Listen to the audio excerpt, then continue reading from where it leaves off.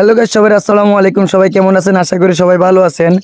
আজকে প্রচুর গরম পড়তেছে আমাদের এখানে, তাই ছোট ভাইকে নিয়ে রওনা হয়ে গেলাম বাজারের উদ্দেশ্যে। বাজার থেকে গিয়ে কি আনবো সেটা আপনাদেরকে এই ভিডিওতে তুলে ধরবো। বাজারে যাওয়ার পথেই দেখি আমার গ্রামের এক বড় ভাই মাছ ফিশারি করছে, উনি মাছ তুলতেছে।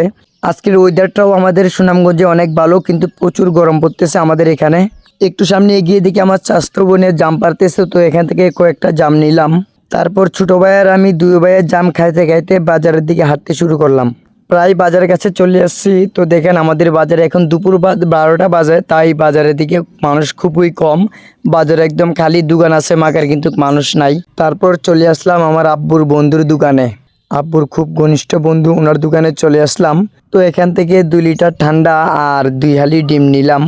যাওয়ার পথে একটু সামনে যাইতেই মানে প্রচুর গরম লাগতেছে, তাই আর হাঁটতেও মনে চাচ্ছে না। তো একটু গাড়ির জন্য অপেক্ষা করতেছি, দাঁড়িয়ে রইলাম কিছুক্ষণ দাঁড়িয়ে থাকার পর একটা গাড়ি আসলো, তো আমরা গাড়িতে উঠে পড়লাম।